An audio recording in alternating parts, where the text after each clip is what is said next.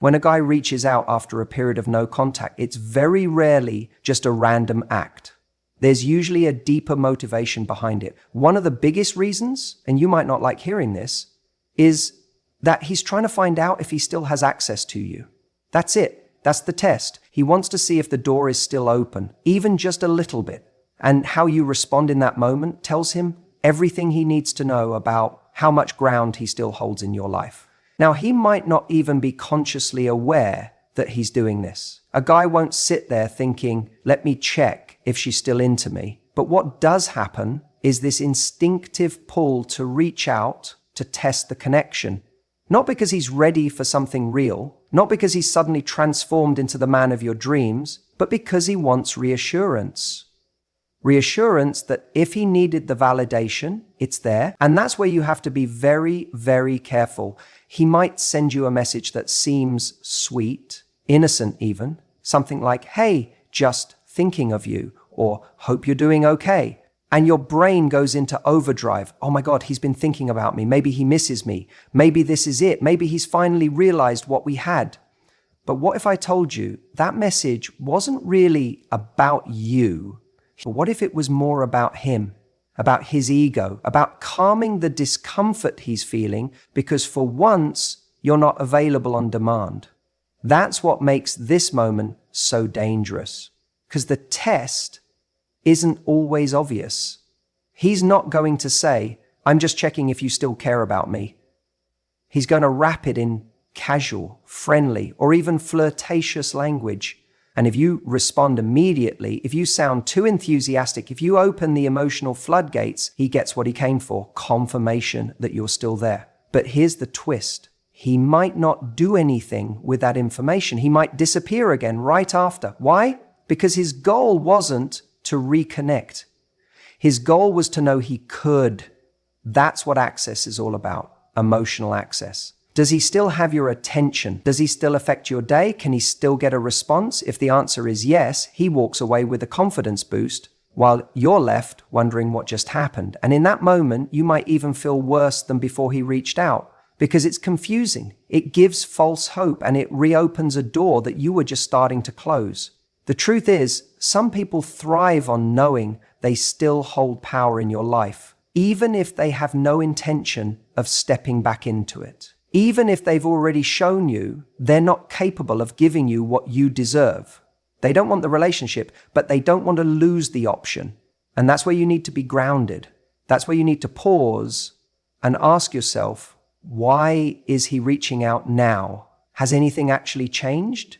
Is he asking for something real, or is he just looking for a hit of reassurance? Because when you don't answer immediately, when you don't jump back into that dynamic like nothing happened, it shifts something.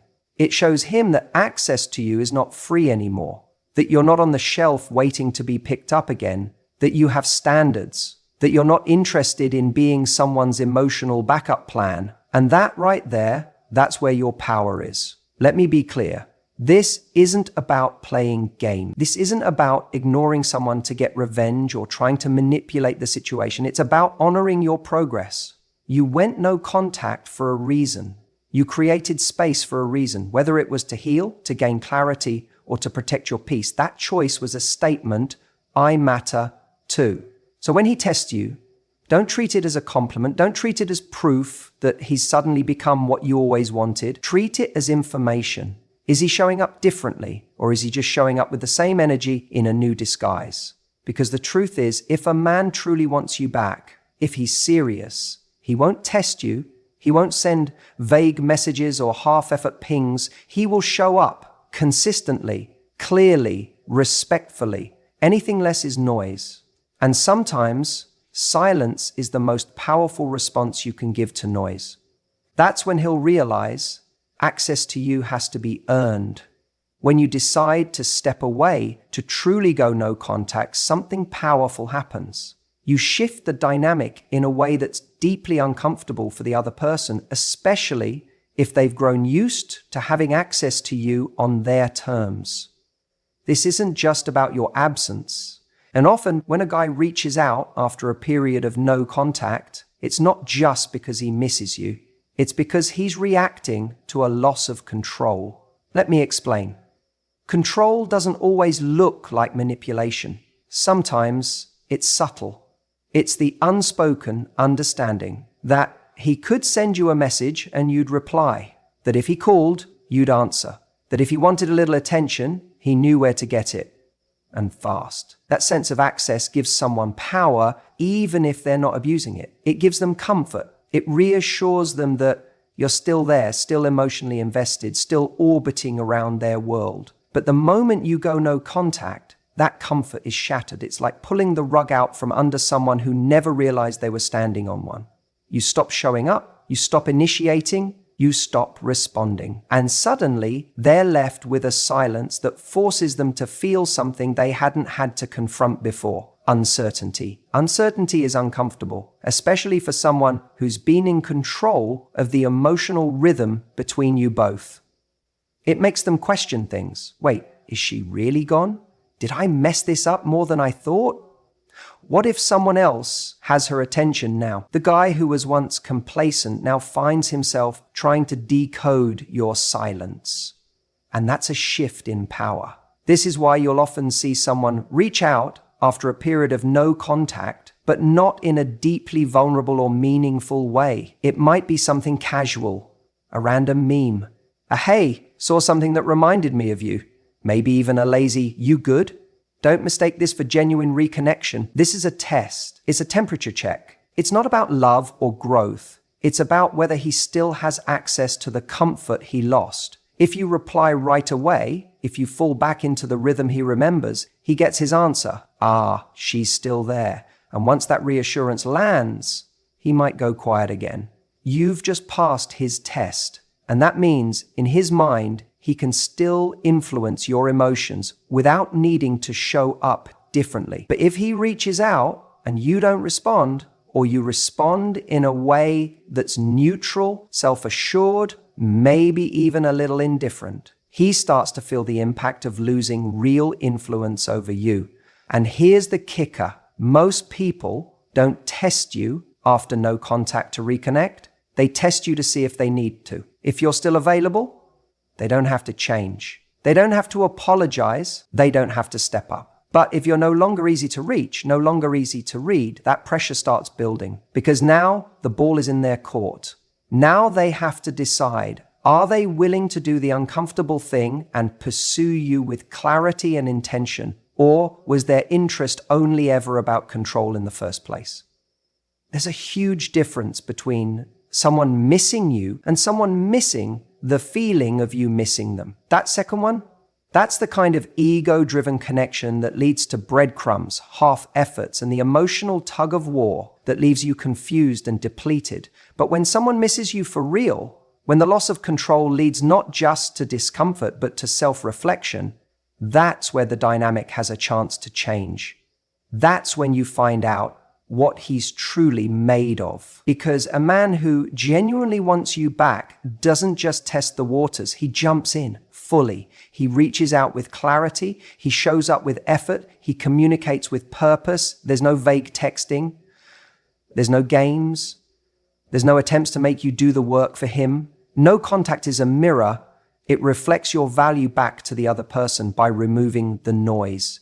It forces them to either acknowledge what they lost or walk away because they never truly valued it. And the guy who's reaching out just to test you, he's not doing it because he's sure of what he wants.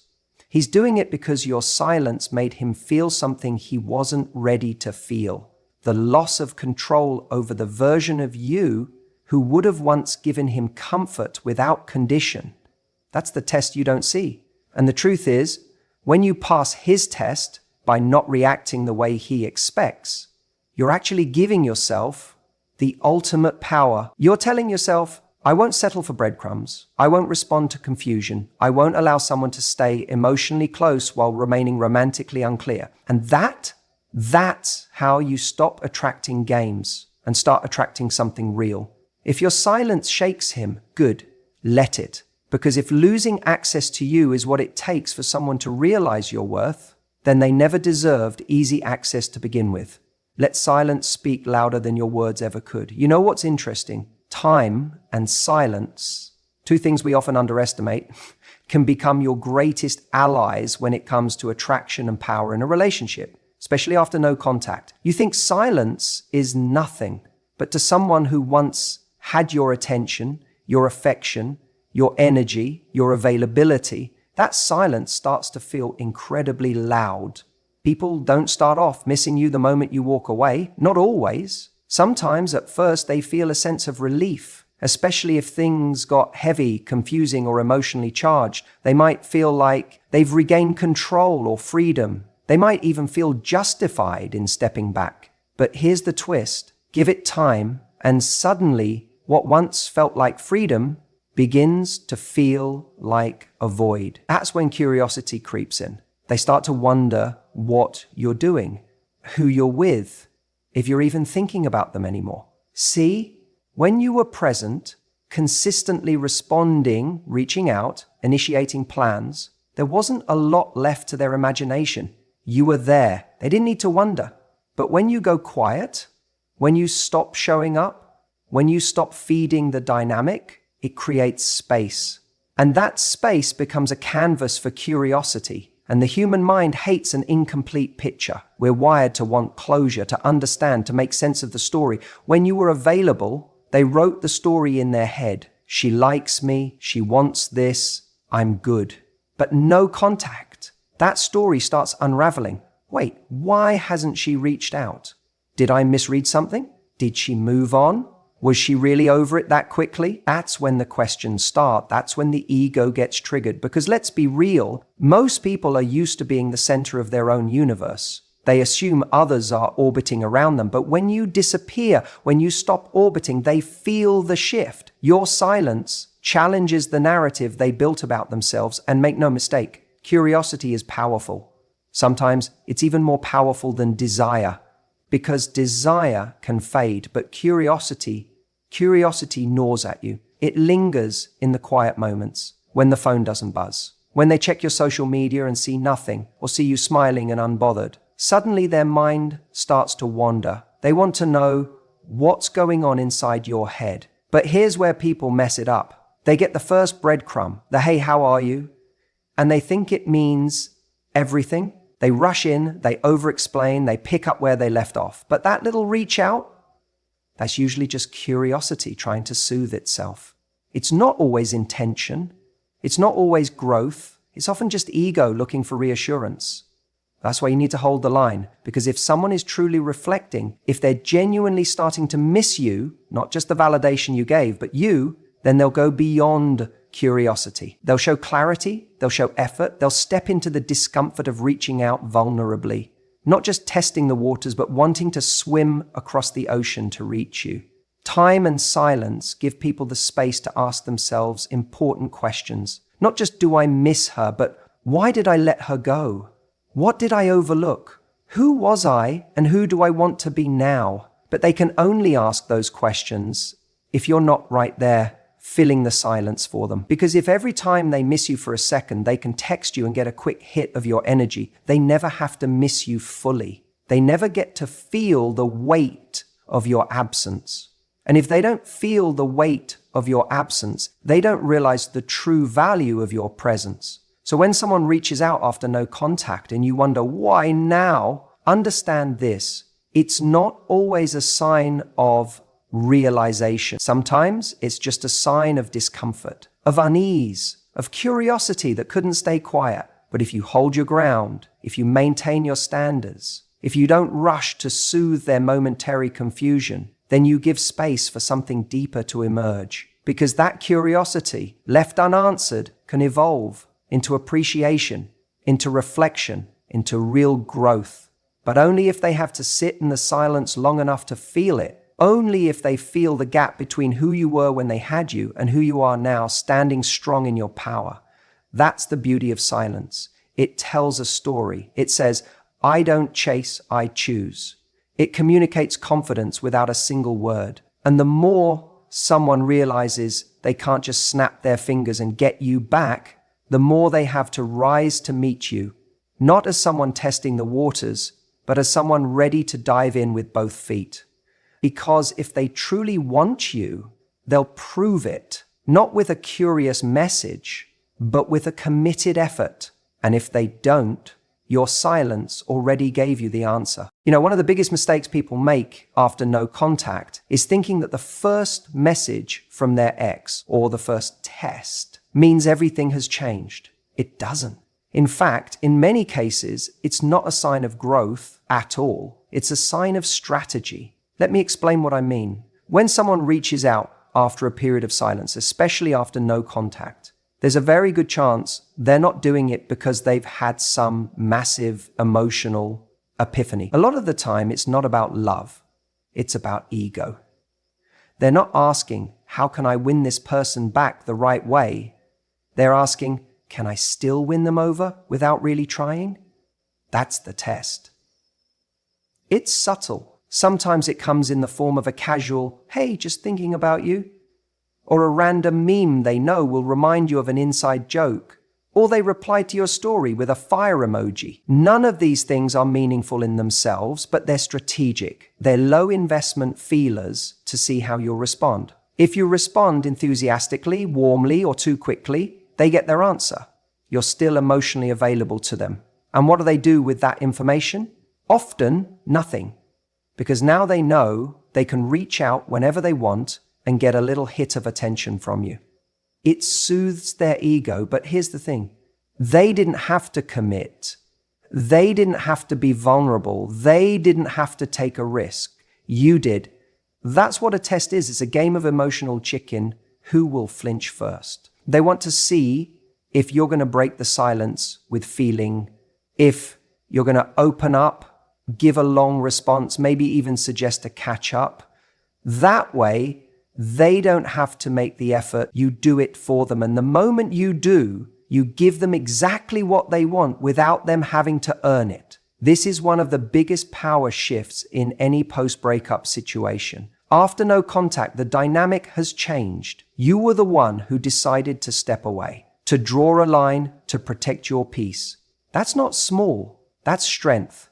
That's self-respect. But when they test you, they're not just seeing if they still have a line into your heart. They're trying to get you to abandon that strength first, so they don't have to risk theirs. They want you to do the emotional heavy lifting, because if you do, they're safe. They don't have to put themselves out there. They don't have to say, I miss you. They just have to send a few breadcrumbs and wait to see if you chase the trail. And if you do, they feel validated, not because they're ready to invest again, but because they were able to reawaken your feelings without showing any real commitment. And let's be honest, many people aren't looking to fix things. They're just looking to fix how they feel. They might be lonely that day. They might be having doubts. They might have seen you looking good in a story or heard from a friend that you're doing well, and suddenly their pride kicks in. Wait a second, are they actually moving on? Now, their need for reassurance wakes up, and instead of facing it directly, they test you to soothe that anxiety. But here's where your power comes in. When you recognize this test for what it is, a strategy to see if you'll go first, you stop giving away your peace for a few crumbs of attention. You stop jumping at the first sign of contact and thinking it's the start of something meaningful. Because meaningful doesn't look like one text after silence. It looks like consistent action, honest communication, vulnerability, and effort. Anything less is just noise. And when you don't take the bait, when you don't immediately validate them, you do something powerful. You force them into a choice. They either have to walk away or step up. If they walk away, that tells you everything you need to know. They were never going to do the work. They were never going to bring real value. But if they step up, if they lean in, ask to talk, apologize, explain, take accountability, that's a different story. But most importantly, by not responding to the test in the way they hoped, you show them that access to you is no longer free. It costs something now. It costs effort. It costs clarity. It costs real presence. And when someone sees that, it shifts the entire game. You become someone they can't manipulate with a half-hearted message. You become someone who doesn't need validation because you're validating yourself. And ironically, that's when you become more magnetic. Because now, if they want to connect with you again, they have to meet you at your level. So remember, when that message comes in, when that test shows up out of nowhere, pause.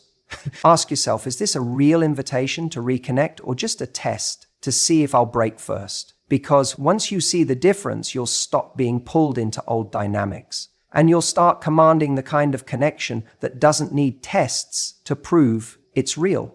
Let them be the one who steps forward first. Let them do the work this time. When you were always around, when you were constantly messaging, always the first to respond, showing up in every way you knew how, your presence became expected. And what becomes expected eventually becomes background noise. It's not that he didn't see your value, it's that your value was too readily available. When someone knows they can have you at any time, they stop trying.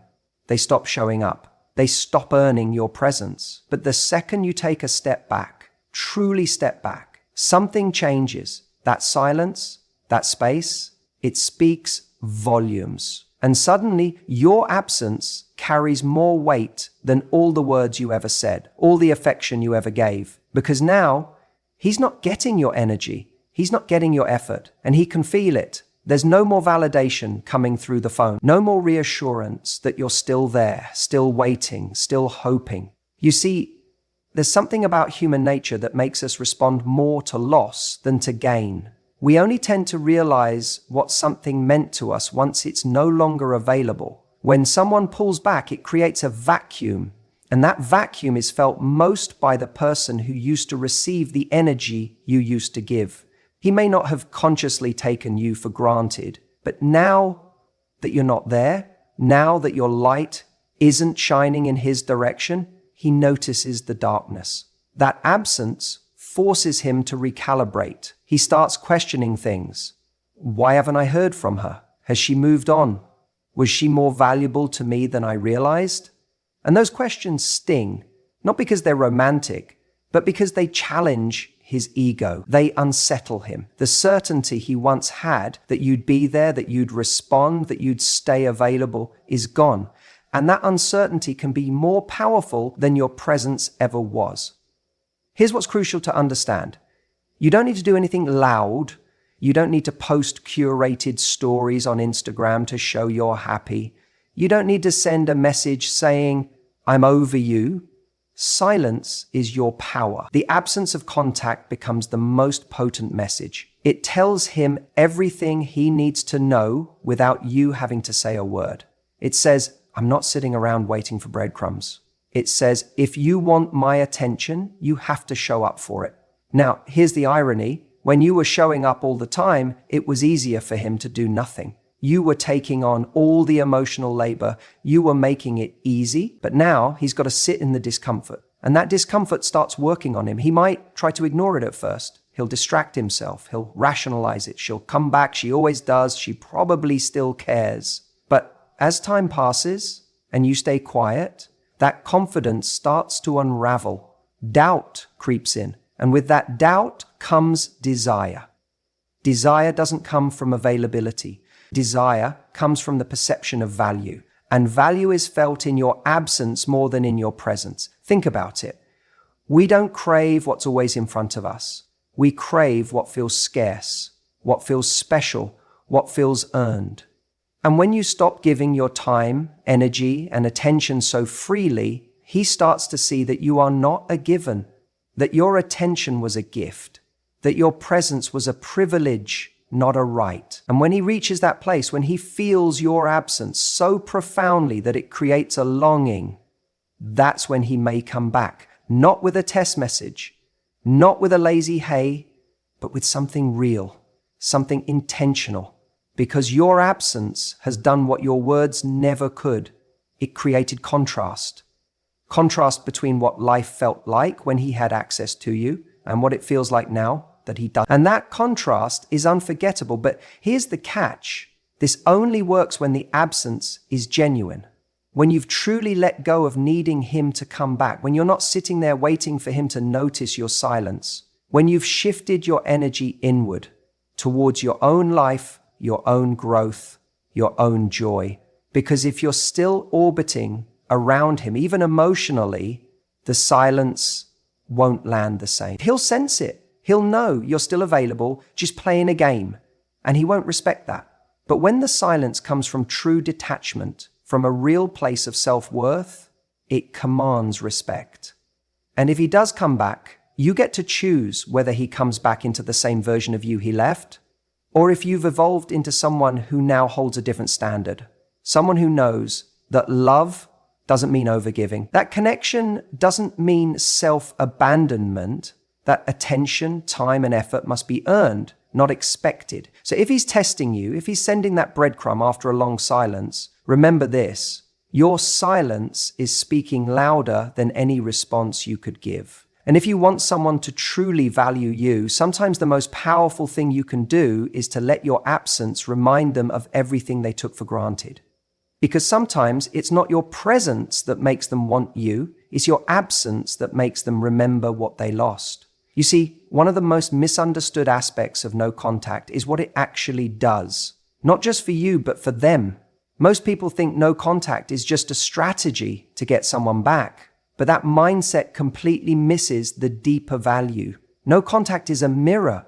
It's a pause that allows both people to see clearly, to feel what life is like without the other. And while it helps you regain your center, your dignity, and your peace, it also forces him to sit with the reality of losing you. Here's what's fascinating. When you remove your energy, your availability, your constant reassurance, it creates contrast. And contrast is everything in attraction. You cannot value warmth without knowing what cold feels like. You don't recognize light unless you've sat in the dark. In the same way, he doesn't realize what your presence meant until he's confronted with your absence. In the beginning, he might feel relief. He might think, oh good, she's not texting anymore. I've got space now. He might even interpret your silence as indifference. But that silence grows, and with it, so does uncertainty. He starts wondering, wait, why hasn't she reached out? Was I not that important to her? Has she moved on? Is someone else talking to her now? That silence becomes loud. It becomes its own presence. And this is where the test comes. He reaches out, not because he's ready to commit, not because he's done the deep work yet, but because he's uncomfortable. He's not sure where he stands with you anymore, and that bothers him. Not knowing is a wound to his ego. He wants to know if the door is still open. He wants reassurance. But here's the kicker. No contact also gives him time to reflect.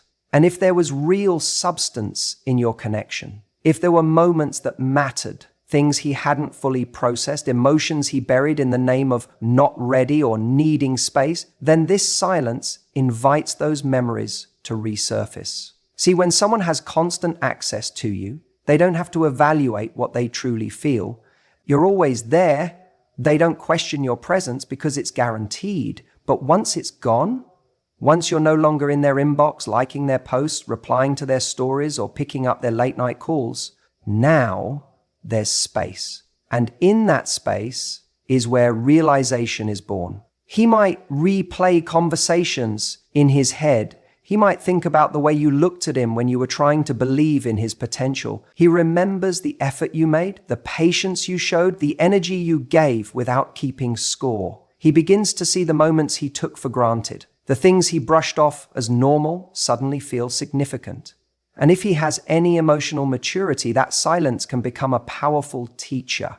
It teaches him that good people don't stick around forever when they're not being valued. It teaches him that the connection he had wasn't common.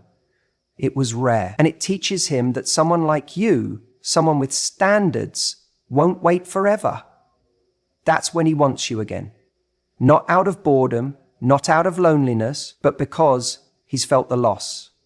And if he's grown enough during that time, that want may come from a more grounded place, less about testing the waters, more about building something real. But here's what you have to remember. The silence will only teach him something if you stay in it long enough. If you break it too soon, if you respond to his first breadcrumb text, if you meet him halfway before he's done any real introspection, you rob him of the chance to feel the weight of your absence. No contact isn't a punishment, it's a boundary. It says if you're not going to step up, then I'm going to step back, not to make you chase, but because I refuse to pour into something that's not pouring into me. And if he reaches out after that, really reaches out, not just testing, not just poking, but showing up with clarity, with intent, with the kind of energy that says, I see what I lost and I'm not here to play anymore. Then, and only then, does it make sense to open the door a little. But if he's only testing, if he's only flirting with the idea of you without actually choosing you, don't confuse curiosity for commitment. Because someone who genuinely values you won't need multiple tests. They won't play games. They'll come correct. And if he doesn't, that silence wasn't wasted time. It was your greatest filter. It told you everything you needed to know.